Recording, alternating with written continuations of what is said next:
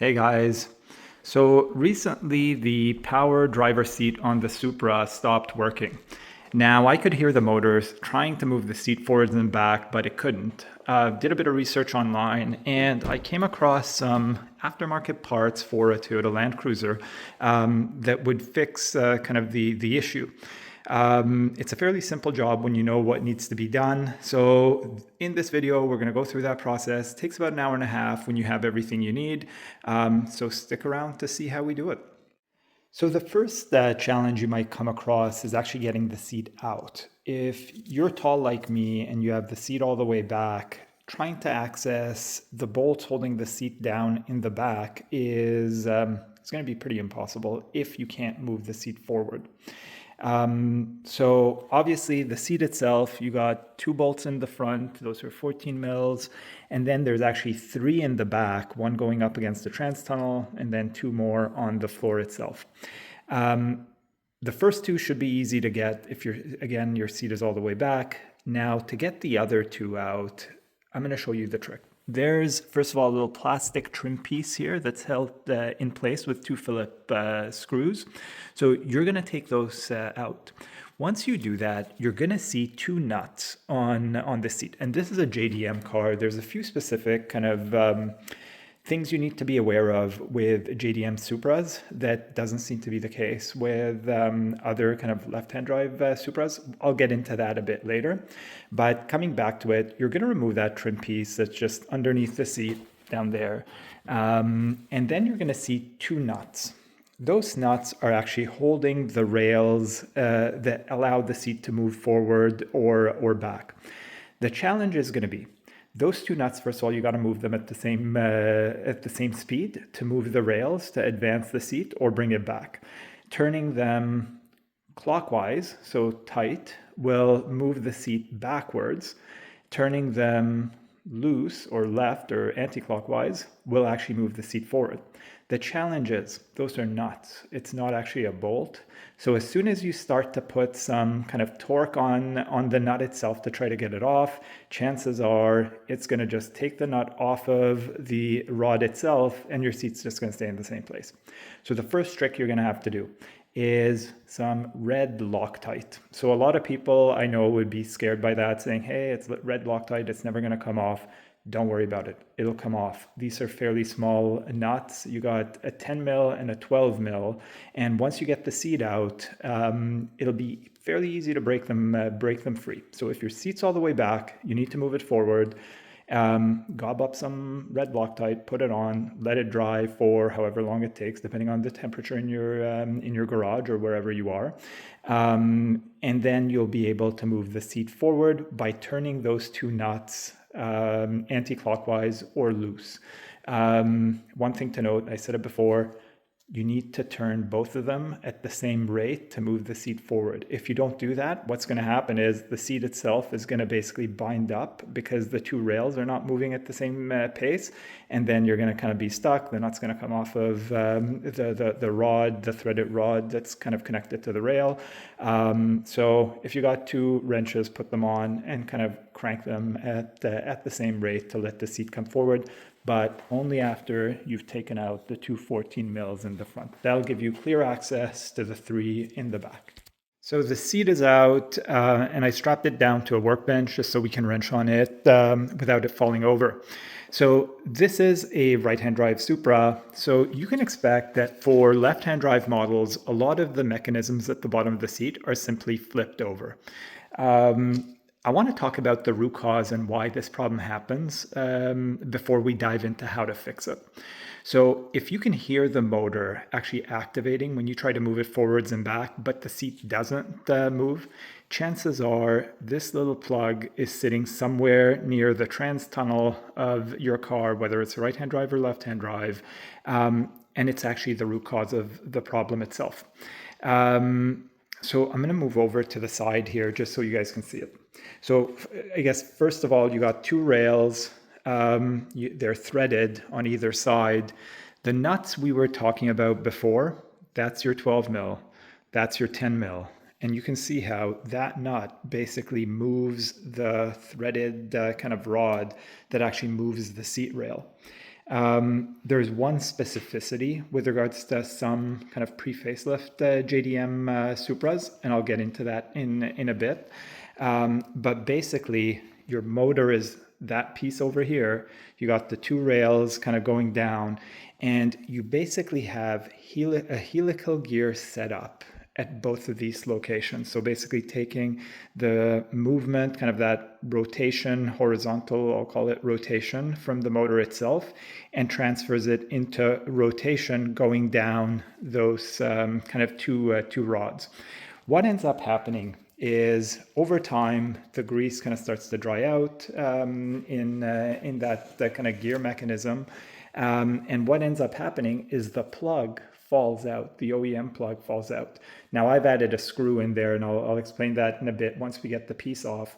But basically that cap is holding one of the helical gears in place so that it makes contact with the other.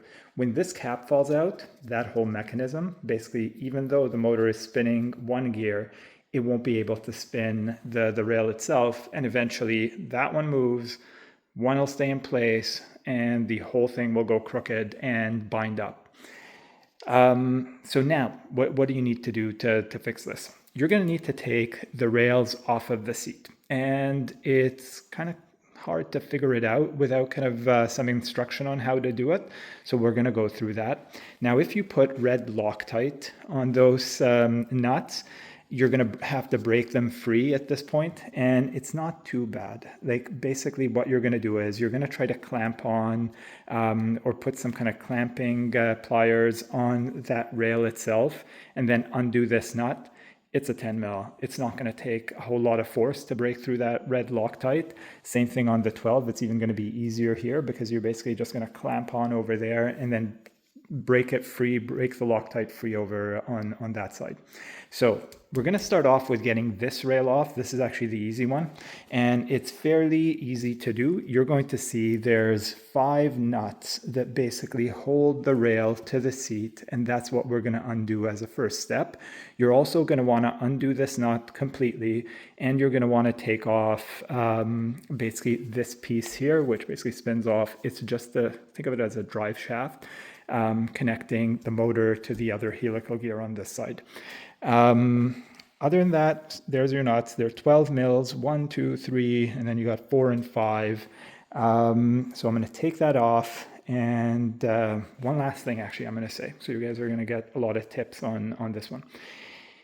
Once you fix and change out the parts that need to be changed out, we're going to need to get the seat rails aligned so that they're both in the same spot as they were.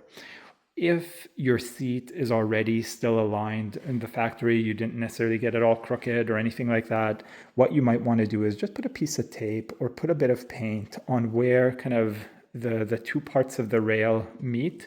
It's going to help you realign everything, and you will definitely not want to have it go into the car not aligned and start running kind of the motor.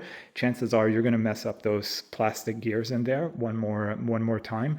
So getting it right before it goes in and you put power to kind of the motor is really important. All right, I'll be back once I take that first rail off. So now that we have the rail out, we need to separate this mechanism from the rail itself. And what we're going to need to do is, first of all, there's one hex kind of bolt over here that you're going to need to take out, but not right away. Basically what you're going to need to do is, and you'll see I marked already with some kind of tape, painter's tape, where the rail position was. You could also just measure this section, write it down to make sure you're bringing it back to the right spot if your rails were already aligned. So that nut in the front, we can turn it to move the rail inwards, outwards. To get them to separate, what you're going to need to do is basically free up the rail so you can pull kind of this threaded piece from the gearbox mechanism. And there's 2 things to note. It might be a bit hard to see. There's a couple of screws holding the back end of kind of that threaded rod that you might want to separate at some point. Obviously, you'll need to kind of move the 2 rails in a way so that you could get to those 2 little screws. So basically you can just take a drill, move the rail in, out as you see fit, expose the screws on the end, take them out as well. But basically you're going to play around with it until the threaded rod comes out of the gear mechanism, and then you'll be able to take that piece out. Once you guys have gotten the assembly out, you're going to open it up and find obviously some 30-plus-year-old grease that's all dried up, but you're going to find one of these things. So this is the gear mechanism that was sitting in there, and basically it's all chewed up. This is where GAMVD comes in. So GAMVD makes these parts for Toyota Land Cruisers, the LC80s, same kind of generation or years as kind of the Supra. They have the gears, replacement caps, and I'll speak about those in a bit, and a press tool as well. The caps basically go in at the top, and as you can see on the inside, you have one part of the helical gear that's sitting with kind of the other one. This is where it gets all chewed up because obviously the cap pops off, the original cap pops off, and then this thing comes off kilter and then just starts eating up your gears. I added a screw, and it's an old trick that once you put it back together, because that gear is basically sitting on the cap, just drill a hole through and run a little screw just to make sure that even if the grease dries up, it doesn't unscrew the cap, throwing everything out of alignment, chewing up the gears. Now, you can replace the gears pretty easily in two ways, and I'll speak about that in a bit. The GAMVD tool will pop off the old chewed up gears pretty easily, and then can be used to put on the new ones. Two things that I'm going to say. You can either use the GAMVD tool, you can use also a vise as well if you want. But I'll kind of point out one thing. On some of the pre-facelift JDM Supras, you'll notice that I have two different gears with two different sizes, and that's for the rod that runs through each of the rails. This is the one that's the same size as basically the Land Cruisers, USDM, left-hand drive Supras, all use these ones. On some of the JDMs, the pre-facelifts, they came with one side running kind of a smaller sized kind of rod, and the GAMVD tool doesn't work on that one to push in the new one, but that's where I use kind of the vise, and it works really well. Otherwise, the GAMVD tool is super easy to use. They have a video on their YouTube page explaining how to basically take out the old one using their tool, which is super easy. That was the one that was there. Popped it out very easily, and then put on kind of the new one. So be aware, two different sizes on some of the Supras. Land Cruisers, all other cars kind of that were using similar sized ones, use the bigger one. One last note I'm going to make here. You're going to find many gears in brass that look exactly the same as these, same size, and they're basically in brass. They are basically set up with splines that basically fit on that rod itself. I caution Supra owners from using the brass ones. Reason being, if your seat is stuck all the way back, and remember we talked about this in the beginning of the video about moving it forward, and you need to use those nuts to kind of move the seat forward so you can unscrew the back of kind of the seat. If you're running those brass gears, very likely you're going to be stuck. You won't be able to move the seat forward because generally once you start turning this mechanism using those nuts in the front, you're going to sacrifice the gears. There's a reason why Toyota made these in plastic rather than making them in metal. On Land Cruisers, it's not an issue. You could go with like brass ones just because it's easy to access all of kind of the attachment points for the seats. On Supras, they're not. So having the plastic ones is actually the only thing I would recommend, because if the motor was to fail or you have any other problem with the rail, at least you can break these by turning that nut, because you have this gear in plastic, that other one is metal. So if you needed to turn it, that's where you'll basically break this plastic piece so that you can move the seat forward or backwards, whatever you need. So definitely GAMVD is the only option in my mind for Supras. especially for JDMs that have kind of the smaller spine, because you will not find this in the brass, this size on the brass one.